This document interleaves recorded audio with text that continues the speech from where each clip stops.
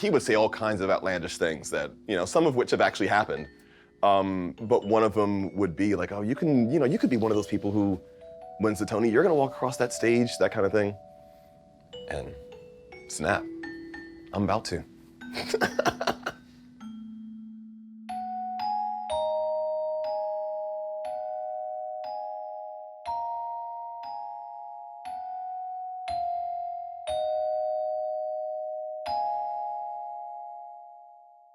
My name is Jason Michael Webb, and I am the recipient of the Special Tony Award this year for my arrangements in Choir Boy. I grew up in New Jersey, down the shore, and across the street there was a piano teacher who was a friend of my father's. And I can imagine, I was too young to know what this was, but when I was around 4, I can imagine my dad said, oh yeah, my son, he'll want to play piano, and he sent me over. And because he thought he knew everything about everything, the friend probably said, I teach piano, and he probably said, I have the perfect thing for you, my child. So, I see a lot of him in me, how stubborn he was. He would embarrass us constantly with the things he would say, and I catch myself saying some of those things now, so I'm like, oh, I already see how it's all gonna turn out. The first theater experience that I remember is seeing Damn Yankees with B.B. Newworth. When the orchestra first started to play, I'd never heard an orchestra live before.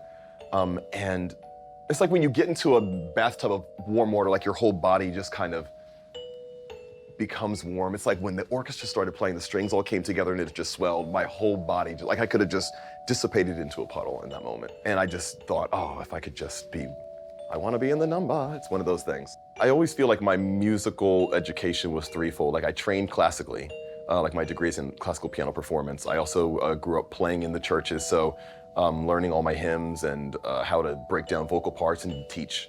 And also listening to pop music on the radio. If you wanted to be a music snob, you can look at a Britney Spears song and say, oh, it's so simple and it's so whatever, but it does something to you. Whether you're putting on a play or you're writing a song or you're producing, a film, you're trying to make that audience feel something. And if a pop song makes you move and makes you feel something, it's done its job. What I like to do is sit in the audience chair while I'm creating, so that I can almost test whether or not there's an experience to be had. It's like I get to enjoy them just like an audience member. And so it's like as the songs come, I get to sit there and watch it happen and then be affected and changed by it and then say, great, this is probably going to affect somebody else. So let me invest the time to make this the best vehicle for this message that I can possibly make. We have a lot of common humanity. A lot of people forget that. A lot of us think that we're alone, and we're kind of trained to feel like we're alone. And so a lot of what our work is as artists is to remind people that we're not. And we can remind them simply by doing this and just kind of showing, like experiencing and showing, like just sharing that lets someone know, okay, well, maybe it's okay to cry. It's okay for me to share that. Let me open myself, and boom, you've made them open. The blessing that I have found in the experience of receiving this special Tony, it's a perfectly timed encouragement. I mentioned earlier that my dad passed. I'm okay, I'm not okay, I'm okay, I'm not okay.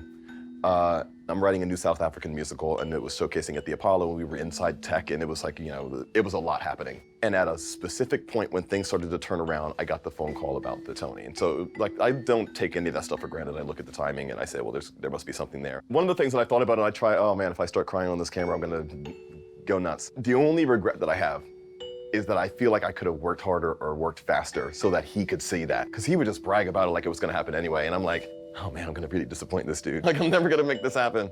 And it happened. And I'm like, oh, I wish he was here to see it. Almost have to start saying, okay, listen, you have a responsibility on your life now, basically. It is an honor. I never really, I'm just realizing this now. When people say, oh, to have this award is an honor, or to be nominated is an honor, oh, I never really understood fully what that meant, because I really do feel honored. This is an organization of people that recognizes people who do important things. I didn't know that I was doing important stuff. I was just kind of doing stuff because I thought it resonated and it was gonna help somebody. We did Choir Boy 5 years ago, and everybody talked about it like they loved it. And then to get recognized for doing what I already thought we won when we did the work. When it was affecting the audiences, I thought that was the victory.